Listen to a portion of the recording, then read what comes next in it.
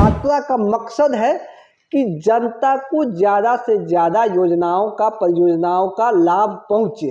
नीतीश कुमार 75 वर्ष के होने वाले हैं और इस उम्र में वो यात्रा करके बिहार की जनता को उनकी समस्याओं का समाधान करने का प्रयास करेंगे। इस सोच को परिलक्षित करने का प्रयास नीतीश कुमार का और बिहार सरकार का है।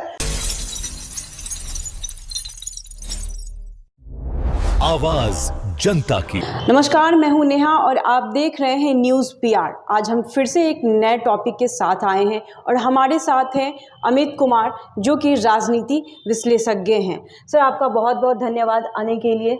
बिहार के मुख्यमंत्री नीतीश कुमार यात्रा पे निकलने वाले हैं और एनडीए की जीत के बाद वो इनकी पहली यात्रा होगी।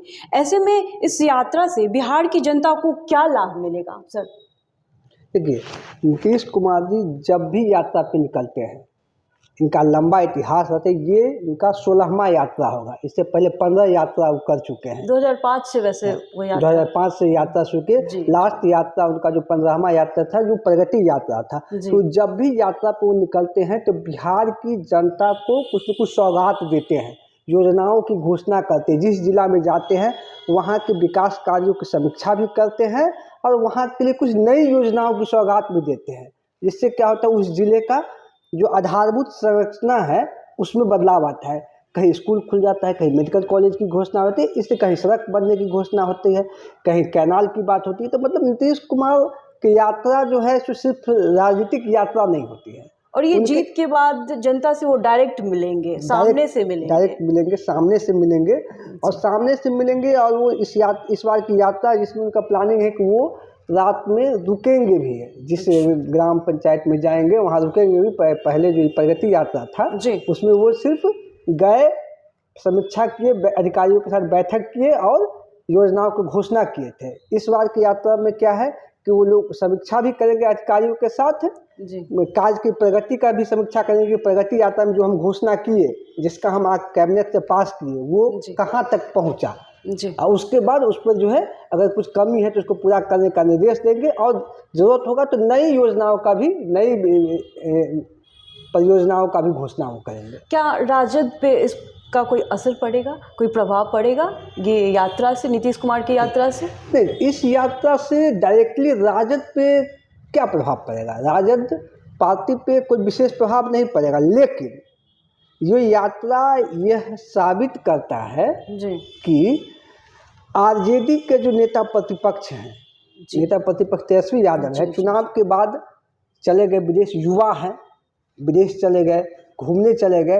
नीतीश कुमार 75 वर्ष के होने वाले हैं और इस उम्र में वो यात्रा करके बिहार की जनता को, आरजेडी को और अपने गठबंधन सहयोगियों को, तीनों को ये संदेश दे रहे हैं कि भैया हम मतलब वो संदेश दे रहे हैं कि इतनी बड़ी जीत के बाद भी हम बिहार में हैं और हम बीमार नहीं हैं, हम एक्टिव हैं। हमको बुजुर्ग मत समझिए।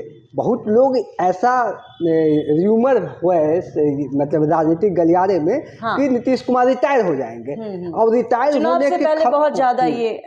होने की खबरों के बीच राजद बार बार कहती कि नीतीश कुमार को हटा दिया जाएगा, बीजेपी अपना मुख्यमंत्री बना लेगी। लेकिन इन खबरों के बीच नीतीश कुमार 75 वर्ष की उम्र में इस कड़ाके की ठंड में यात्रा पर निकल रहे हैं और वो अपना जो है ये साबित कर रहे हैं कि भाई हम स्वस्थ हैं और हम अभी भी काम करने के लिए उतने ही तत्पर हैं जितने 2005 में थे, और हम काम करेंगे बिहार के लिए।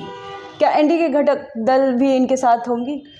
निश्चित तौर पर। जब ये यात्रा पार्टी की यात्रा नहीं है, आपको ये बात समझना होगा कि ये यात्रा जेडीयू की नहीं है, ये यात्रा बिहार सरकार की यात्रा होगी। तो क्या सरकार के खर्चे पर होगी? तो ये यात्रा जब होगी तो ये बीजेपी के जो मंत्री हैं, उप मुख्यमंत्री, वो भी साथ में होंगे। हर जगह अलग अलग मंत्री साथ में हो सकते हैं और वो लोग साथ में जाएंगे, साथ में समीक्षा करेंगे और साथ में ही उन चीज़ों को जो है देखेंगे कहाँ पर गड़बड़ी है या कहाँ पर काम ढीला चल रहा है, कैसे उसको ज़्यादा तेज़ी से किया जा सकता है, किस तरीके से जनता को ज़्यादा से ज़्यादा फायदा पहुंचाया जा सकता है। अल्टीमेटली इस यात्रा का मकसद है कि जनता को ज़्यादा से ज़्यादा परियोजनाओं का लाभ पहुँचे।